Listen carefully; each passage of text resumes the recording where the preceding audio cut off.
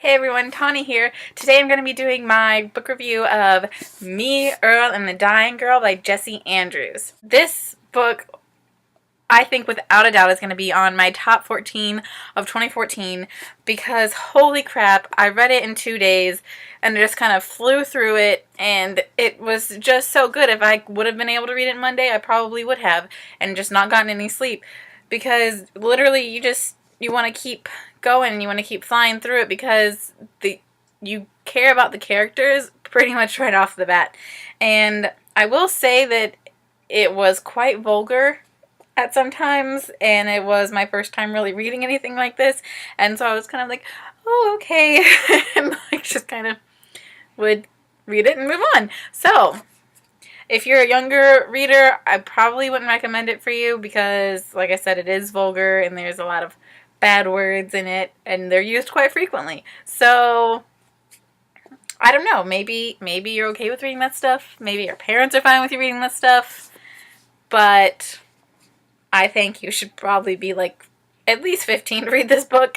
But it was really good, and I can't even say enough about it because the character, the main guy, is Greg, and his best friend Earl right here, and then Rachel, who is the dying girl. You can see all of that, which is really cool. I think the cover art is phenomenal. I mean, and it feels cool. It's like it's not a normal silky feeling book cover, so it's like I just want to pet it. The undercover of the book looks like this. And I think this is a really cool idea because it really pops off the page. And, I mean, how awesome is it that both the cover and the undercover are cool and good looking? Like, I wouldn't be embarrassed to walk around with either of these parts, either connected or separate, and have people see what I'm reading.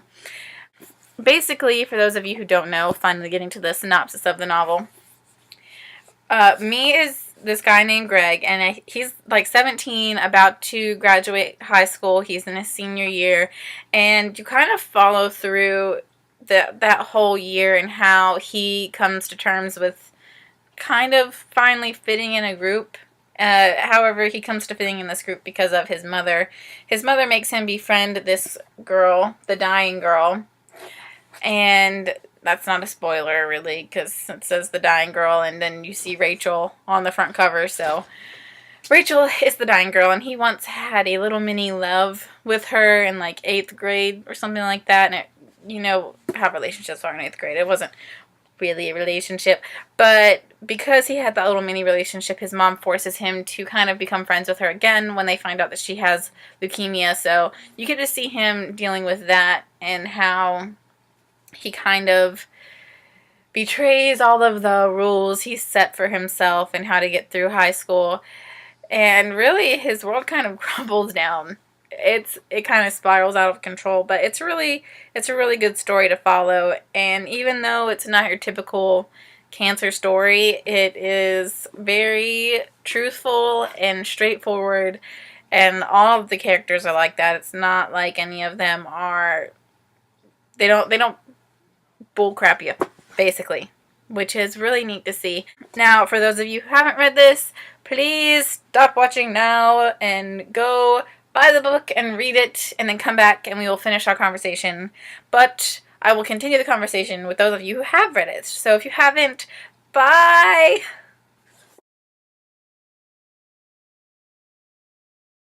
Now, Me, Earl, and the Dying Girl. Like I said, it's definitely going to be on my top 14 of 2014. I gave it a 5 out of 5 stars on Goodreads, and most of the ratings I saw on Goodreads were 4 out of 5, so I don't know why I liked it so much more than everyone else, but I did. And I really want to know what you guys thought about Earl, mainly, because I liked Earl. I thought he was really funny, and it was interesting to see that he was really the one who cared for Rachel and really thought about other people compared to Greg, who was really kind of self-centered, even though he was doing all these things for Rachel.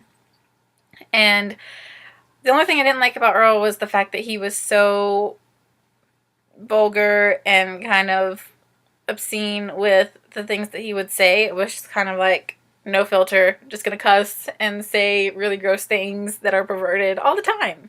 So that was the only thing I didn't like about his character. I don't know. I guess maybe because I've never met anybody like that. I don't know. But it just kind of was some of the time I would just kind of want to, I was just like, I can't do this right now. This is too much. So what did you guys think of Earl? Do you feel the same way, or did you feel that it was kind of true to his character and his background? Because I know that some people probably think, well, if you're raised in that kind of background, that's probably how you're going to act. And I think that's probably true. However, I would have thought that his relationship with Greg would have kind of helped him out with that. I did like that Greg was kind of a wussy. Like, he just wanted to stay under the radar and not become friends with anybody and just kind of do his own thing. And you see how Greg gets forced into being friends with Rachel, and then he starts doing bad in school, and his friendship with Earl suffers for a little bit because of that. And it was definitely an interesting story. But I felt like at the same time it was kind of just pointless.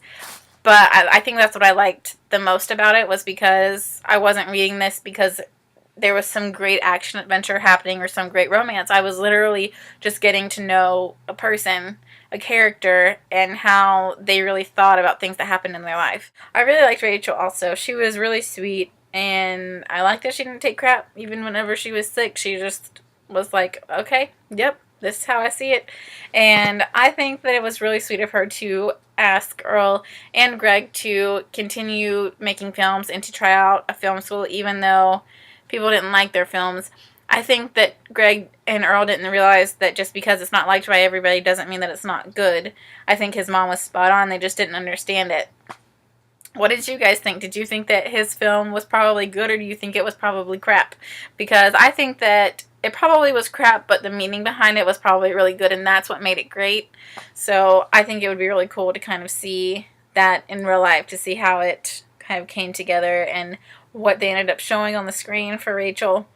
And the thing is, whenever Rachel died in this, I know it's going to sound really bad, but when she died, it's not that I didn't feel bad, but it's not like The Fault in Our Stars where I cried for 20 minutes.